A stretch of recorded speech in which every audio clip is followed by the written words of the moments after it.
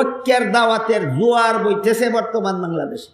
গুড়াড্ডি মজা নেয় না ঐক্যের প্ল্যাটফর্ম কোনটা, কোন ঠিকানায় মুসলমান ঐক্যবদ্ধ হবে।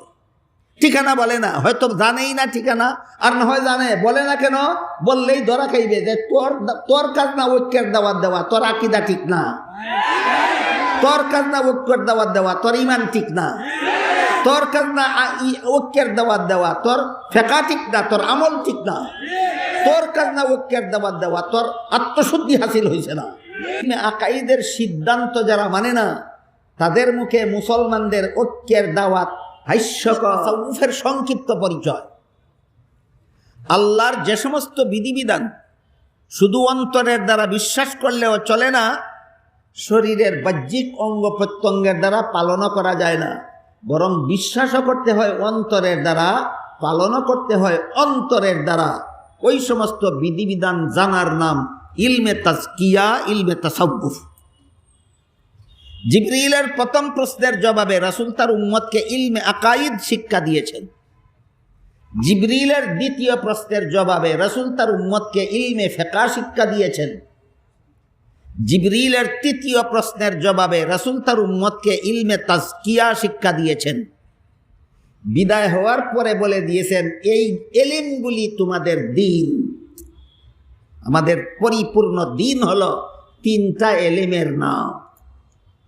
আমাদের পরিপূর্ণ দিন কতটা এলিমের নাম? ইলমে আকাইদ, ইলমে ফিকহ, ইলমে তাজকিয়ার সমষ্টি হলো আমাদের পরিপূর্ণ দিন। তাহলে এবার সূরা আলে ইমরানের 103 নম্বর আয়াতের ব্যাখ্যা কি হবে? আল্লাহ বলেন, ওয়াতাসিমু বিহাবলিল্লাহি জামিআন ওয়া লা তাফাররাকু। হে মুমিন মুসলমানেরা, তোমরা আল্লাহর দিন পালনের মাধ্যমে ঐক্যবদ্ধ হও। আল্লাহর কি পালনের? আল্লাহর দিন পালনের মাধ্যমে ঐক্যবদ্ধ হও। ব্যাপার পরিষ্কার হয়ে গেল। ইলমে আকাইদের বিষয়গুলি অন্তরে বিশ্বাস করার মাধ্যমে ঐক্যবদ্ধ হও। ইলমে ফিকহের বিষয়গুলি শরীরের অঙ্গ প্রত্যঙ্গের দ্বারা পালন করার মাধ্যমে ঐক্যবদ্ধ হও। ইলমে তাজকিয়ার বিষয়গুলি অন্তরে জাগ্রত করার মাধ্যমে ঐক্যবদ্ধ হও। সুতরাং যাদের ইলমে আকাইদের সিদ্ধান্ত যারা মানে না, তাদের মুখে মুসলমানদের ঐক্যের দাওয়াত হাস্যকর। ইলমে আকাইদের সিদ্ধান্ত যারা মানে না আর বলে, আসো মুসলমানেরা আমরা ঐক্যবদ্ধ হই। আল্লাহ কুরআনে বলেছেন, ওয়াতাসিমু বিহাবলিল্লাহি জামিআন ওয়া লা তাফাররাকু। আল্লাহ বলেছেন কুরআনে, শুধু ঐক্যবদ্ধ হও না, ঐক্যবদ্ধের হওয়ার ঠিকানাটা আগে বলে দিয়েছেন। আগে ঠিকানা বলে দিয়েছেন, তারপরে বলেছে এই ঠিকানা মতে তোমরা ঐক্যবদ্ধ হও। ঠিকানাটার নাম হইল আল্লাহর দিন পালন। আল্লাহর দিন পালনের মাধ্যমে ঐক্যবদ্ধ হও। হাদিসে জিবরিল আল্লাহ রাসূল ব্যাখ্যা করে বলে দিয়েছেন, ইলমে আকাইদের সিদ্ধান্ত মেনে নিয়ে মুসলমান ঐক্যবদ্ধ হও। ইলমে ফিকহের সিদ্ধান্তগুলি মেনে নিয়ে মুসলমান ঐক্যবদ্ধ হও। ইলমে তাজকিয়ার বিষয়গুলি মেনে নিয়ে মুসলমান ঐক্যবদ্ধ হও। এই হইল ইসলামী ঐক্যের রূপরেখা। এই হইল ইসলামী ঐক্যের রূপরেখা। ঐক্যের দাওয়াতের জোয়ার বইতেছে বর্তমান বাংলাদেশে। গুড়াড্ডি মজা নেয় না ঐক্যের প্ল্যাটফর্ম কোনটা, কোন ঠিকানায় মুসলমান ঐক্যবদ্ধ হবে। ঠিকানা বলে না, হয়তো জানেই না ঠিকানা, আর না হয় জানে, বলে না কেন, বললেই ধরা খাইবে যে তোর কাজ না ঐক্যের দাওয়াত দেওয়া, তোর আকীদা ঠিক না, তোর কাজ না ঐক্যের দাওয়াত দেওয়া, তোর ঈমান ঠিক না, তোর কাজ না ঐক্যের দাওয়াত দেওয়া, তোর ফিকহ ঠিক না, তোর আমল ঠিক না, তোর কাজ না ঐক্যের দাওয়াত দেওয়া, তোর আত্মশুদ্ধি হাসিল হয়েছে না।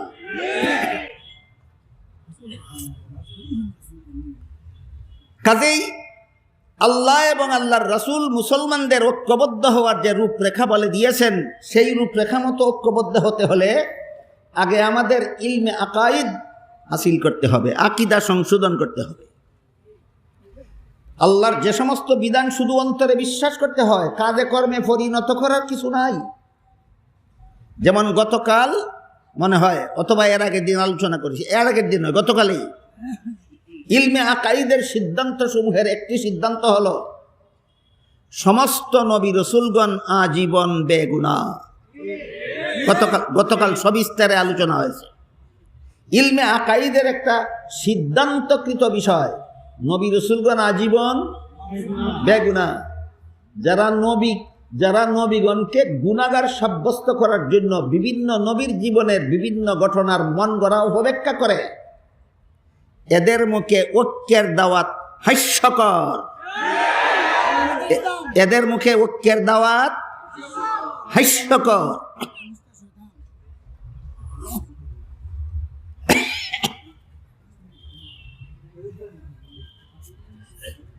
গতকাল সবিস্তারে আমি আপনাদের বলেছি,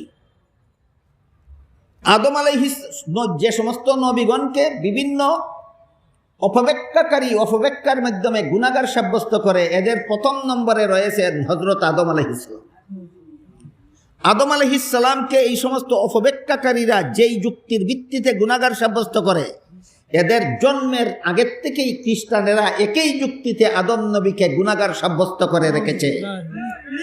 সুতরাং এই যুক্তিতে আদমকে গুনাহগার সাব্যস্ত করা যা মুসলমানি আকীদা নয়, এটা খ্রিস্টানি আকীদা। তোর অন্তরে বেটা খ্রিস্টানি আকীদা পোষণ করস আর মুসলমানদের ঐক্যবদ্ধ হওয়ার কথা বলস, তোর হায়া লজ্জা গেল কোথায়?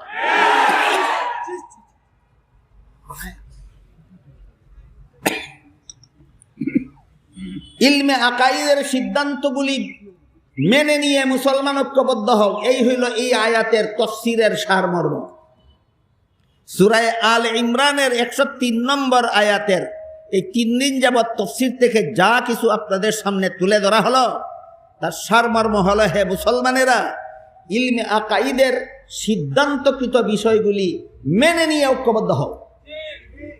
ইলমে আকাইদের সিদ্ধান্তকৃত বিষয়গুলির একটি বিষয় হলো সমস্ত নবী রাসূলগণ আজীবন বেগুনাহ।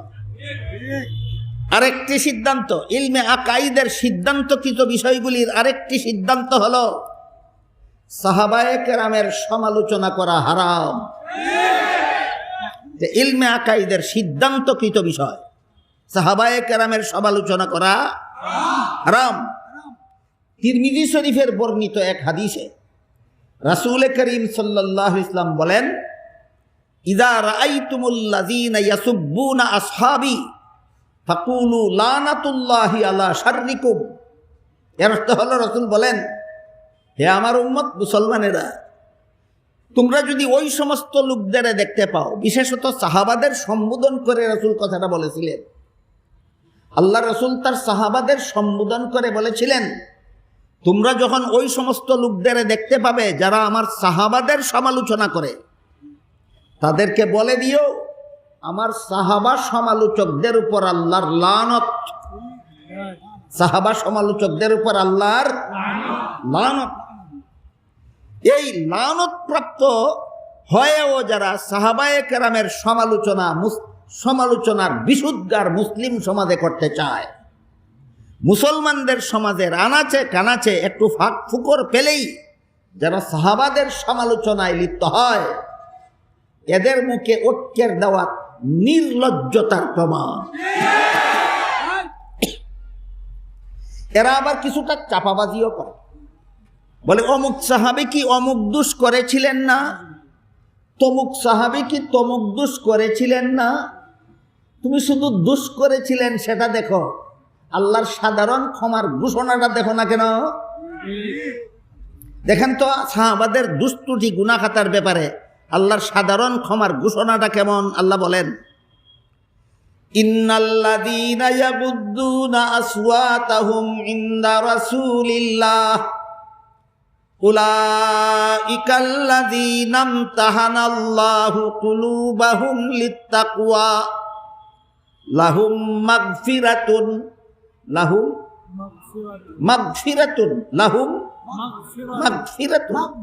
আল্লাহ বলেন, নিশ্চয়ই যারা রাসূলের কাছে আসলে আস্তে কথা বলেন, দুনিয়ার জীবনে জাগ্রত অবস্থায় সশরীরে রাসূলের দরবারে উপস্থিত হলে আস্তে কথা বলে আবু জাহাল, আস্তে কথা বলে মুনাফিকরা, না আস্তে কথা বলে সাহাবায়ে কেরাম? আল্লাহ বলেন, যারা রাসূলের কাছে আসার পরে আস্তে কথা বলে, আল্লাহ তাদের অন্তরকে তাকওয়ার ব্যাপারে পরীক্ষা করেছে। পরীক্ষার ফলাফল ঘোষণা দিয়ে বলেন, লাহুম মাগফিরাতুন, এদের অতীতের যাবতীয় গুনাহ খাতা ভুল ত্রুটি মাফ। সাহাবায়ে কেরাম অতীত জীবনে গুনাহ খাতা করেছিলেন, ভুল ত্রুটি করেছিলেন, কিন্তু যেভাবে তওবা করলে আল্লাহ সন্তুষ্ট হয়ে মাফ করে দেন, সমস্ত সাহাবাগণ সেইভাবে তওবা করে আল্লাহর কাছ থেকে সাধারণ ক্ষমার ঘোষণা প্রাপ্ত হয়েছে। এই সাধারণ ক্ষমার ঘোষণা দিয়ে আল্লাহ বলেন লাহুম মাগফিরাতুন, তাদের সব গুনাহ মাফ। এক হাদিসে রাসূল বলেন আত্তাইবু মিনাজ জামবি কামাল্লা জামবালাহু, কোনো গুনাহগার যদি যথারীতি আল্লাহর কাছে তওবা করে ফেলে, আল্লাহ তার আমল নামাত থেকে গুনাহগুলি মুছে দিয়ে আবার সম্পূর্ণ বেগুনাহ করে ফেলেন। কাজেই নবীগণ বেগুনা, সাহাবাগণ বেগুনা, কিন্তু দুই বেগুনার ব্যাখ্যা দুইটা। এটাও আহলে সুন্নাত ওয়াল জামাতের আকীদা। নবীগণ বেগুনা, সাহাবাগণ বেগুনা। নবীগণ বেগুনা কথার ব্যাখ্যা হইল তারা গুনাহ কোনোদিন করেন না, এই অর্থে বেগুনা। এমন বেগুনাকে পরিভাষাগতভাবে মাসুম বলা হয়। নবীগণ মাসুম বেগুনা, মানে গুনাহ না করে বেগুনা। আর যারা অতীত জীবনে গুনাহ করেছিলেন, যথারীতি তওবা করার কারণে আল্লাহ সন্তুষ্ট হয়ে তাদের সমস্ত গুনাহ মাফ করে দিয়েছেন। মাফ করার পরে যারা বেগুনাহ হয়েছেন, এদেরকে মাসুম বলা হয় না, এদেরকে মাগফুর বলা হয়। নবীগণ হলেন মাসুম, এটা আহলে সুন্নাত ওয়াল জামাতের আরেকটা পরিভাষা। আর সাহাবাগণ হলেন মাগফুর, এটা আহলে সুন্নাত ওয়াল জামাতের আরেকটা পরিভাষা। মাসুম ওই বেগুনার দলের নাম যারা জীবনে কোনোদিন গুনাহ করে না, আর মাগফুর ওই বেগুনার দলের নাম যাদেরকে আল্লাহ গুনাহ মাফ করে বেগুনাহ বানিয়ে দিয়েছেন। এবার বলুন, আল্লাহ যাদের গুনাহ মাফ করে দিয়ে বেগুনাহ বানিয়ে দিয়েছেন, এরা সমালোচনার যোগ্য থাকে না? এদের সমালোচনা হারাম। এই জন্য সাহাবায়ে কেরামের সমালোচনা করে নবীগণকে গুনাহগার বলে, আর বলে আসো মুসলমান সব ঐক্যবদ্ধ হয়ে যাই। হায়া লজ্জার লেশ মাত্র নাই, তোর মুখ দিয়া ঐক্য শব্দ বের হয় কিভাবে? আল্লাহ নবীগণকে গুনাহগার সাব্যস্ত করে ঐক্যবদ্ধ হওয়ার কথা বলেননি। আল্লাহ সাহাবাদের সমালোচনা করে ঐক্যবদ্ধ হওয়ার কথা বলেননি। আল্লাহ বলেছেন ইলমে আকাইদের সিদ্ধান্ত মেনে নিয়ে মুসলমান ঐক্যবদ্ধ হও। সুতরাং যারা নবীগণকে গুনাহগার বলে, এদের সাথে গিয়ে কোনো মুসলমান ঐক্য হবে না। যারা সাহাবাগণকে বেগুনাহ মনে করে, এদের সাথে এসে ওদের ঐক্য হতে হবে। যারা সাহাবাদের সমালোচনা করে, এদের সাথে গিয়ে কোনো মুসলমানের ঐক্য হবে না। যারা সাহাবাগণের সমালোচনাকে হারাম মনে করে, এদের সাথে এসে ওদের ঐক্যবদ্ধ হতে হবে। এইটাই সূরা আলে ইমরানের 103 নম্বর আয়াতের তাফসীরের দ্বারা সাব্যস্ত হলো। এই পর্যন্ত ইলমে আকাইদ মেনে নিয়ে ঐক্যবদ্ধ হও এর দুটি উদাহরণ দিলাম। ইলমে আকাইদের একটি সিদ্ধান্ত হলো নবীগণ বেগুনাহ। যদি ইসলামী ঐক্য চাও, এই সিদ্ধান্ত মেনে নিয়ে ঐক্যের প্ল্যাটফর্মে আসো। ইলমে আকাইদের আরেকটা সিদ্ধান্তকৃত বিষয় হলো সাহাবায়ে কেরামের সমালোচনা হারাম। যদি ইসলামী ঐক্য চাও, তাহলে এই ইলমে আকাইদের সিদ্ধান্ত মেনে নিয়ে মুসলমান ঐক্যবদ্ধ হও। এবার ইলমে ফিকহের একটি উদাহরণ দেব, আর কয়েক মিনিট আপনারা ধৈর্যের সাথে শুনবেন। ইলমে ফিকহের একটা সিদ্ধান্তকৃত বিষয় হলো মুসলমান পুরুষের জন্য এক মুষ্টির ভিতরে দাড়ি কাটাও হারাম, মুন্ডানোও হারাম। ইলমে ফিকহের সিদ্ধান্তকৃত বিষয়, এটা দিন, এটা আমাদের দিন। ওই যে ইলমে ফিকহ শিক্ষা দিতেন রাসূল, যা করছেন এটা তোমাদের দিন। ইলমে ফিকহের একটা সিদ্ধান্তকৃত বিষয় হলো মুসলমান পুরুষের জন্য এক মুষ্টির ভিতরে দাড়ি কাটাও হারাম, মুন্ডানোও হারাম।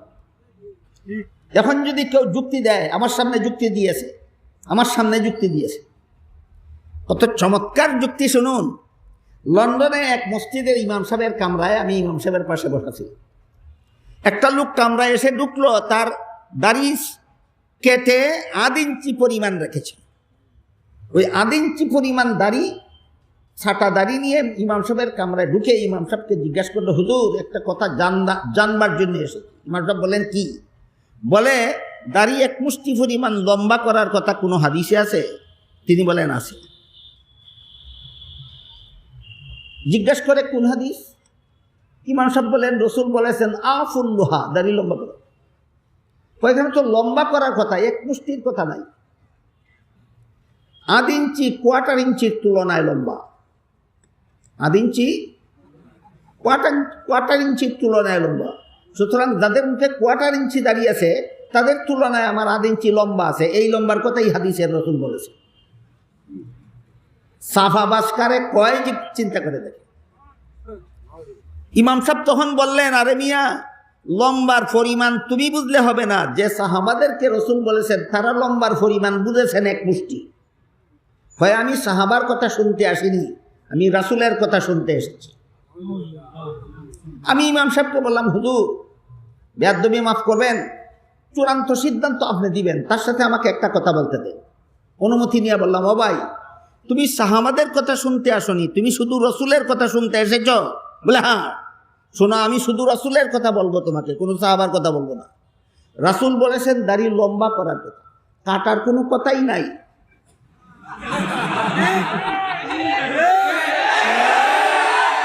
তোমার দাড়ি 1.5 হাত লম্বা হলেও কাটতে পারবে না, এটা রাসূলের কথা। রাসূল বলছেন শুধু লম্বা করো, লম্বা করো, লম্বা করো, কাটার কোনো কথাই নেই। কাটতে হলে সাহাবাকে মাপকাঠি মানতে হবে। সাহাবারা লম্বার পরিমাণ 1 মুষ্টি বুঝেছেন, তুমি ওই 1 মুষ্টির পরে কাটো।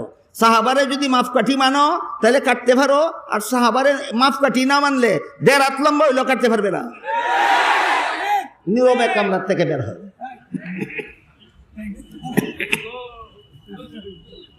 কাহিনী বুঝে থাকলে বলুন, আমাদের সমাজের মধ্যে এমন কিছু পণ্ডিত আছে কিনা যারা মুষ্টির ভিতরে দাড়ি কাটার পক্ষপাতী, আবার হাদিস নিয়ে চাপাবাজি করে। হাদিস নিয়ে চাপাবাজি করে। কি চাপাবাজি? 1/2 ইঞ্চি কোয়ার্টার ইঞ্চির তুলনায় লম্বা। অথচ ইলমে ফিকহের সিদ্ধান্ত হলো মুসলমান পুরুষের মুখের দাড়ি কমপক্ষে 1 মুষ্টি পরিমাণ লম্বা রাখা ওয়াজিব, এর ভিতরে কাটা হারাম। এটা যারা মানে না, এরা যদি বলে আসো মুসলমান ঐক্যবদ্ধ হয়ে যায়, জিজ্ঞাসা করবেন ঐক্যের প্ল্যাটফর্ম কোনটা এবং প্ল্যাটফর্মটা ভাইলা কোথায়, জিজ্ঞাসা করতে পারবেন না? ঐক্যের প্ল্যাটফর্ম হইল ইলমে আকাইদের সিদ্ধান্ত মেনে নিয়ে ঐক্য হও, ইলমে ফিকহের সিদ্ধান্ত মেনে নিয়ে ঐক্য হও, ইলমে তাসাউফের সিদ্ধান্ত মেনে নিয়ে ঐক্য হও। এখানে আমার একটা আনুষঙ্গিক কথা আছে আপনাদের খেদমতে, সেটা হলো দারুল উলুম দেওবন্দের শিক্ষাপ্রাপ্ত একজন নবীন আলেম, বহুত যোগ্য আলেম আমার দৃষ্টিতে, নাম তার মৌলানা ইয়াসির নদীম। মৌলানা ইয়াসির নদীম বর্তমান বিশ্বে আলোড়ন সৃষ্টিকারী একটা মহামূল্যবান গ্রন্থ রচনা করেছেন। সেই গ্রন্থটার নাম হলো গ্লোবালাইজেশন অর ইসলাম। সেই গ্রন্থে তিনি আমেরিকার সাবেক প্রেসিডেন্ট জর্জ ডব্লিউ বুশের একটি বক্তৃতার উদ্ধৃতি দিয়েছেন। সেই বক্তৃতায় বুশ বলেছে, সারা দুনিয়ার সমস্ত পুরুষের চেহারাকে আমি দাড়িমুক্ত অবস্থায় দেখতে চাই, আর সারা দুনিয়ার সমস্ত মহিলাদের চেহারাকে আমি পর্দামুক্ত অবস্থায় দেখতে চাই। এই হইল বুশের বক্তৃতা। সারা দুনিয়ার সমস্ত পুরুষের চেহারাকে সে দাড়িমুক্ত অবস্থায় দেখতে চায়। এই প্রসঙ্গে আপনাদের খেদমতে আমার একটা সবিনয় আবেদন আছে। সেটা হলো, আমার জানা মতো আমাদের বর্তমান সমাজের অধিকাংশ মুসলমান পুরুষেরা চেহারার মধ্যে 1 মুষ্টি পরিমাণ লম্বা দাড়ি রাখেন না। আমার ধারণা ঠিক আছে? যারা রাখেন না তাদের প্রতি আমার 2টা সুধারণা আছে। কি বলেছি? কুধারণা না সুধারণা? ভাইয়েরা, যাদের মুখে 1 মুষ্টি পরিমাণ লম্বা দাড়ি নাই, আপনাদের বলছি, আপনাদের ব্যাপারে আমার ব্যক্তিগত 2টা সুধারণা আছে। একটা একটা করে বলি, শুনুন। যদি গ্রহণযোগ্য হয় গ্রহণ করবেন, গ্রহণযোগ্য না হলে আমার বাড়ি যাওয়ার সময় আমার সাথে ফিরিয়ে দিবেন, আমি আমার প্রস্তাব নিয়ে যাব। আপনাদের ব্যাপারে আমার 1 নম্বর সুধারণা হলো, আপনারা মুখে দাড়ি রাখেন না, দাড়ি ফেলে দেন বুশের বক্তৃতার কারণে নয়, কারণ বুশের বক্তৃতার খবরও জানেন না আপনারা। আপনারা দাড়ি রাখেন না পরিবেশগত কারণ। যে স্কুলে পড়তে গেলেন সেখানে গিয়া দেখেন অন্য ছাত্র দাড়ি রাখে না, আপনিও দাড়ি রাখেন না। যে বাজারে ব্যবসা করতে গেলেন গিয়া দেখলেন অন্য ব্যবসায়ী দাড়ি রাখে না, আপনিও দাড়ি রাখেন না। যে অফিসে যে যে অফিসে চাকরি করতে গেলেন সেখানে গিয়া দেখেন অন্য অফিসার দাঁড়িয়ে রাখে না, আপনিও দাঁড়িয়ে রাখেন না। সুতরাং আপনাদের ব্যাপারে আমার 1 নম্বর সুধারণা হলো, আপনারা দাঁড়িয়ে রাখেন না বুশের বক্তৃতার কারণে নয়, আপনারা দাঁড়িয়ে রাখেন না পরিবেশগত কারণে। 2 নম্বর সুধারণা হলো, হাদিস শরীফে রাসূল বলেছেন আফুল্লুহা, দাড়ি লম্বা করো। পরিষ্কার হয়ে গেল আমার নবী আমার মুখে আমার চেহারায় লম্বা দাড়ি দেখতে পছন্দ করে, আর বুশ আমার মুখ দাড়ি মুক্ত দেখতে পছন্দ করে। 2 কথা পরিষ্কার। বুশ আমার চেহারাটাকে দাড়ি মুক্ত দেখতে পছন্দ করে, আর আমার নবী আমার মুখে লম্বা দাড়ি দেখতে পছন্দ করে। এমত অবস্থায় কাল হাসরের বিচারে নবীর শাফাআত যদি আমার পেতে হয়, তাহলে বুশের পছন্দ মতোই চেহারাটাকে সাজাতে হবে, না নবীর পছন্দ মতোই? এই কথাটা যেদিন আপনাদের অন্তরে ঢুকবে, সেই দিন আপনাকে ওয়াজ নসিহত করতে হবে না, নবীর মহব্বতেই দাড়ি লম্বা করবেন আপনারা। আপনাদের প্রতি এই আরেকটা সুধারণা আছে আমার।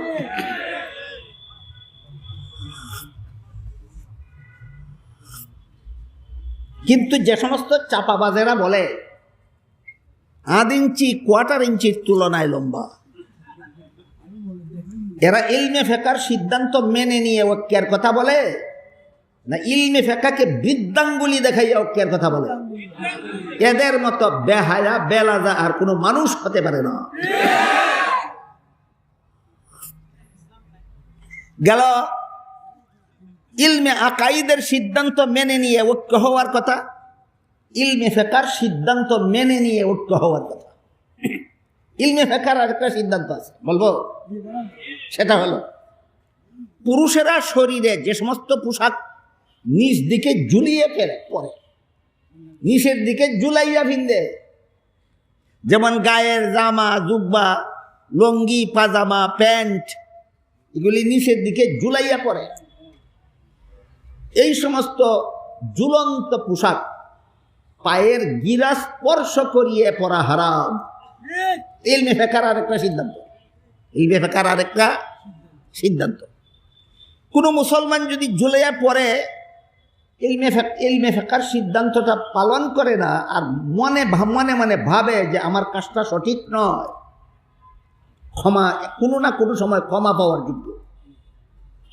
কিন্তু কেউ যদি বলে যে প্যান্ট একটা পরলাম পায়ের গিরার 2 ইঞ্চি উপরে, এতে আমার প্রেস্টিজ নষ্ট হয়, পাজামা পরলাম পায়ের গিরার 4 আঙ্গুল উপরে, এতে আমার প্রেস্টিজ নষ্ট হয়, লুঙ্গি পরলাম পায়ের গিরার 6 আঙ্গুল উপরে, এতে আমার প্রেস্টিজ নষ্ট হয়, এই প্রেস্টিজের সেন্স হারাম, প্রেস্টিজের সেন্স হারাম। কাজেই এইরকম প্রেস্টিজের ভাবনায় কোনো ঝুলন্ত পোশাক পায়ের গিরা স্পর্শ করানো, এটা হারাম। এটা ইলমে ফিকহের সিদ্ধান্ত।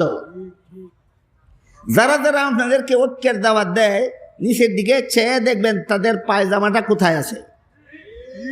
যারা যারা ঐক্যের দাওয়াত দেয় তাদের নিচ দিকে চেয়ে দেখবেন লুঙ্গিটা কোথায় আছে, প্যান্ট কোথায় আছে।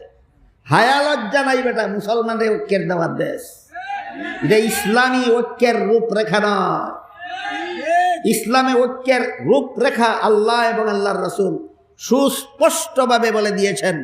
ইলমে আকাইদের সিদ্ধান্তগুলি মেনে নিয়ে মুসলমান ঐক্যবদ্ধ হও, ইলমে ফিকহের সিদ্ধান্তগুলি মেনে নিয়ে মুসলমান ঐক্যবদ্ধ হও, ইলমে তাসাউফের সিদ্ধান্তগুলি মেনে নিয়ে মুসলমান ঐক্যবদ্ধ হও।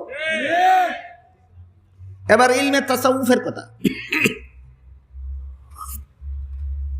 ইলমে তাসাউফের সংজ্ঞা কি?